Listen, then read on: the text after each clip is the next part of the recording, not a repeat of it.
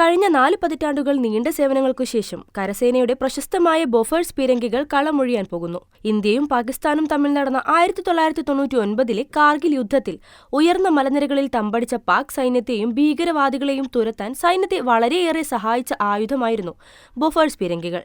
കാലപ്പഴക്കം മൂലമുണ്ടാകുന്ന പ്രശ്നങ്ങളെ തുടർന്നാണ് ബോഫേഴ്സിനെ ഒഴിവാക്കുന്നതെന്നാണ് അധികൃതർ അറിയിച്ചിരിക്കുന്നത്. കൂടാതെ ബോഫേഴ്സിന്റെ സ്പെയർ പാർട്സുകൾ ആവശ്യത്തിന് ലഭ്യമല്ലാത്തതും തദ്ദേശീയമായ ആർട്ടിലറി ഗൺ സംവിധാനങ്ങൾ വികസിപ്പിച്ചതുമൊക്കെ ബോഫേഴ്സിന്റെ കളമൊഴിയലിന് കാരണമാണ്. ബോഫേഴ്സിന് പകരമായി 2030 മുതൽ തദ്ദേശീയമായി വികസിപ്പിച്ച ധനുഷ് പീരങ്കികളും അഡ്വാൻസ്ഡ് ടൗൺ ആർട്ടിലറി ഗൺ സിസ്റ്റവുമാണ് സേനയിലെത്തുക. 1986-ലാണ് സ്വീഡിഷ് നിർമ്മിതമായ ബോഫേഴ്സ് പീരങ്കികൾ ഇന്ത്യൻ സേനയുടെ ഭാഗമാകുന്നത്.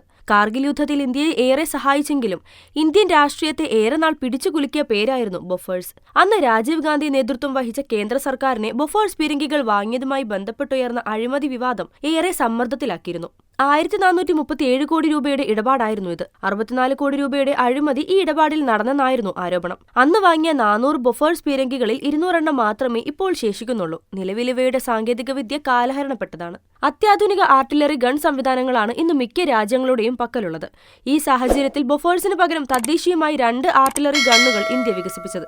ഇതാണ് ധനുഷ്, ATAGS എന്നിവ. DRDOയും സ്വകാര്യ സ്ഥാപനമായ Tata advanced system, Bharat forge എന്നിവ ചേർന്ന് വികസിപ്പിച്ചതാണ് advanced towed artillery gun system. പീരങ്കി ഷെല്ലുകൾ നിറയ്ക്കുന്നതിന് മനുഷ്യ അധ്വാനം ആവശ്യമില്ല. ഡിജിറ്റൽ ഫയർ കൺട്രോൾ, 48 കിലോമീറ്റർ പ്രഹര പരിധി എന്നീ പ്രത്യേകതകളുള്ള ATAGS 155 mm/52 calibre artillery gun സിസ്റ്റമാണ്. മാത്രമല്ല ലോകത്തെ ഏറ്റവും മികച്ച ആർട്ടിലറി ഗണ്ണുകളിൽ ഒന്നുകൂടിയാണ് നമ്മുടെ സ്വന്തം ATAGS. മുൻപ് ഓർഡിനൻസ് ഫാക്ടറി ബോർഡ് എന്നറിയപ്പെട്ടിരുന്ന ഇപ്പോഴത്തെ advanced weapon and equipment India limited എന്ന പൊതുമേഖലാ കമ്പനിയാണ് ധനുഷ് വികസിപ്പിച്ചത്. ബോഫേഴ്സ് പീരങ്കിയുടെ ബ്ലൂ പ്രിന്റിനെ അടിസ്ഥാനമാക്കി വികസിപ്പിച്ചതാണ് ധനുഷ്. 38 കിലോമീറ്ററാണ് ധനുഷിന്റെ പ്രഹര പരിധി. മാത്രമല്ല ബോഫേഴ്സിനെ അപേക്ഷിച്ച് നോക്കിയാൽ ആധുനിക ഫയർ കൺട്രോൾ സംവിധാനമാണ് ധനുഷിനുള്ളത്. പ്രകടനത്തിലും മുൻഗാമിയേക്കാൾ മികവ് തെളിയിച്ചു. നിലവിൽ സൈന്യത്തിന്റെ കൈവശം വളരെ കുറച്ച് ധനുഷ് പീരങ്കികൾ മാത്രമേയുള്ളൂ. ഇതിന്റെ എണ്ണം വർദ്ധിപ്പിച്ച് വിവിധ റെജിമെന്റുകളിലായി വിന്യസിക്കാനാണ് പദ്ധതി. പ്രതിരോധ മേഖലയിൽ സ്വയം പര്യാപ്തമാകാനുള്ള ഇന്ത്യയുടെ ദീർഘകാല ശ്രമത്തിന്റെ പ്രതിഫലനമാണ് ധനുഷും ATAGSഉം.